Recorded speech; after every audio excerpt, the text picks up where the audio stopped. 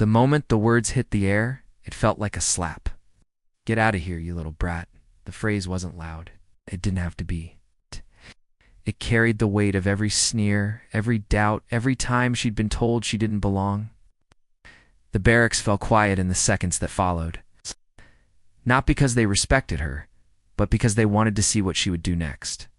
She stood there, her body rigid, her heart hammering like a drum in her chest. Her hands were clenched so tight her knuckles went white. She could feel every eye on her, burning into her skin like heat. And yet, she didn't move. She didn't flee. She didn't fight. She didn't even cry. She just stood there, with her uniform pressed neatly, her boots lined up like she'd practiced for this moment 1,000 times. The silence stretched, was almost unbearable. Before I tell you what happened next, tell me in the comments where you were watching from. I love knowing who is listening. She had learned early that the world didn't reward softness. She'd learned that in the quiet moments before dawn, when the training was hardest, and the instructors were loudest, the men around her seemed to breathe easier when she looked like she might break. Her name was Maya Cole, and she wasn't a brat. She was a soldier. She was a woman who had fought through every stereotype, every insult, every closed door. But on that day, she was only one thing in the eyes of the people around her, an inconvenience. The room was filled with the smell of sweat and metal. The air moved in slow waves as if even the building itself didn't want to be near the tension. Dust floated in the sunlight that spilled through the windows, turning every speck into a tiny star. Maya felt the heat rise in her face. She could feel her own breath. She could hear the faint rustle of uniforms, the shifting of boots, the tiny noises of people trying to pretend they weren't watching. She remembered the first time she'd been told she was too small. The first time someone had laughed when she'd tried to carry a heavy pack. The first time she'd been told, with a smirk, that girls don't belong here.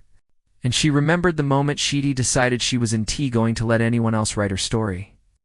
She had earned every stripe, every medal, every hard-won step forward. But that didn't matter to them. It never mattered.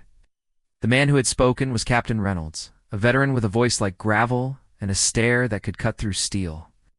He was a man who believed strength was only measured in muscle and size. He didn't understand that strength could also be measured in endurance, in courage, in quiet determination. Maya didn't answer him. She simply looked at him, her eyes steady, and she did something that surprised everyone. She smiled. Not a happy smile, not a victory smile. Got a calm smile, like someone who had decided she wouldn't be broken by words. The murmurs began again, the laughter, the whispers. The kind of mocking that feels harmless until you realize it isn't. It was then that the room changed. Because in the corner, standing a few steps back, was a man whose presence had always been quiet, a man who rarely spoke, but when he did, people listened. A man who carried the kind of calm that made others feel safer just by being near him. He was Navy SEAL Commander Jason Hawk Hale, and he had been watching the scene unfold with a stillness that made the air seem colder. He saw the way Maya stood. He saw the way she held herself like she was holding back a storm. He saw the way her hands trembled, not from fear, but from the effort of keeping her emotions from spilling out. He saw the cruelty of the room, and something inside him snapped. He didn't rush in with anger, didn't shout. He didn't fight words with words. He walked forward. The room held its breath. Every eye followed him, as if waiting to see whether he would defend the woman or join the laughter. Hawk stopped beside Maya. He looked at Captain Reynolds with a calm that was more terrifying than rage. Then he said something that made the entire room go silent again. "Leave her alone." It wasn't a command. It wasn't a threat. It was simply truth, spoken with a firmness that left no room for argument. Captain Reynolds' face twisted with irritation. He took a step forward, as if to challenge the SEAL. But Hawk didn't move. The room was already listening. Maya felt her heart drop. She didn't know whether to feel grateful or embarrassed. She had never wanted pity. She had never wanted to be saved. She wanted to stand on her own. But in that moment, she realized something she hadn't understood before. Sometimes being strong meant letting someone else stand with you. The tension in the room didn't disappear, simply shifted. And then, as if the universe had decided to test them, the alarm sounded. A sharp, high-pitched sound that cut through the air like a blade. The training facility wasn't just a place for drills. It was a hub, a center, a heartbeat of operations, and something had gone wrong. The enemy was closing in.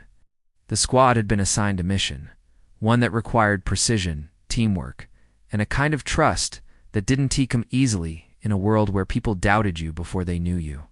Now, it was all going to be tested. Maya felt the adrenaline rush through her body. Her breathing became shallow. Her mind raced. The room was no longer filled with whispers. It was filled with the sound of movement, the rustle of gear, the clank of weapons. Captain Reynolds snapped orders.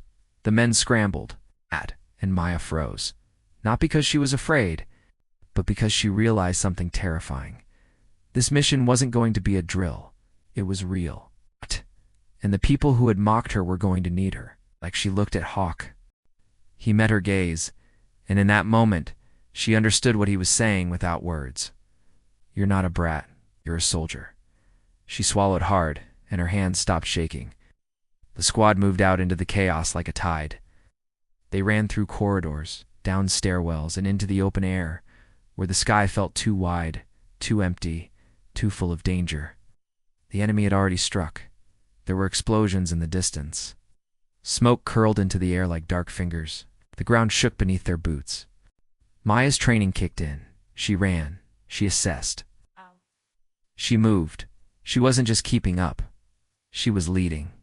The squad found themselves trapped in a narrow alleyway, pinned down by enemy fire. The sounds were deafening, bullets tearing through metal, sharp crack of explosions, the desperate shouts of men trying to stay alive. One of the soldiers fell.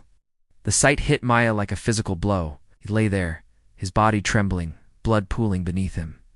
He was young, too young. His face was pale, his eyes wide with fear. Captain Reynolds shouted, "We can't get him out." Maya didn't hesitate. She sprinted forward, her body moving as if it had a mind of its own. She slid beside him, and without thinking, she began to treat his wounds, applying pressure, wrapping bandages with hands that were steady, despite the chaos. She looked up and saw the enemy closing in. Her heart hammered. She knew the moral dilemma she faced. If she stayed, she might die. If she left, the soldier would die. And if the squad failed, they all would. Her mind flashed back to the barracks, to the words, to the laughter, to the feeling of being dismissed. She could feel the weight of it all in that moment. Then she did something that would change everything. She lifted her leg, not to kick, not to strike, but to anchor herself against the wall, to stabilize her body, to prepare for a shot that no one expected. She aimed. She fired. The bullet didn't kill. It didn't even hit a target. It struck the enemy's weapon, shattering it in a burst of sparks and metal. The sound was deafening, but the effect was immediate. The enemy hesitated. The squad surged forward.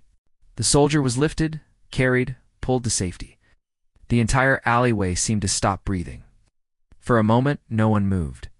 Then the squad erupted into action. They fought like a tide. They moved with a coordination that felt almost impossible. Every step was precise. Every breath was timed. Maya kept working, her hands steady, her mind sharp. The squad made it out. They survived. And when the smoke cleared, when the danger faded, the silence returned. It was filled with something else, respect. Captain Reynolds approached Maya, his face unreadable. The men around him shifted, unsure. Then he did something no one expected. He nodded. It was small, almost invisible. Maya saw it, and she knew it meant something. Hawk stepped forward, and he didn't speak. He simply put his hand on her shoulder, a gesture that said more than words ever could. The squad looked at her differently now, not because she was a woman, but because she was a hero. The humiliation had been a test, not of her strength, but of their humanity. And in the end, it wasn't her who needed saving, it was them, because they had almost lost sight of what mattered. That day, Maya didn't just prove her worth. She reminded everyone that courage isn't loud. It doesn't need to be. Sometimes courage is simply standing still when the world expects you to break. Because kindness doesn't vanish, it waits, and it finds its way back. And in the quiet after the storm, Maya looked at the place where the barracks had been, the place where the words had landed like a blow.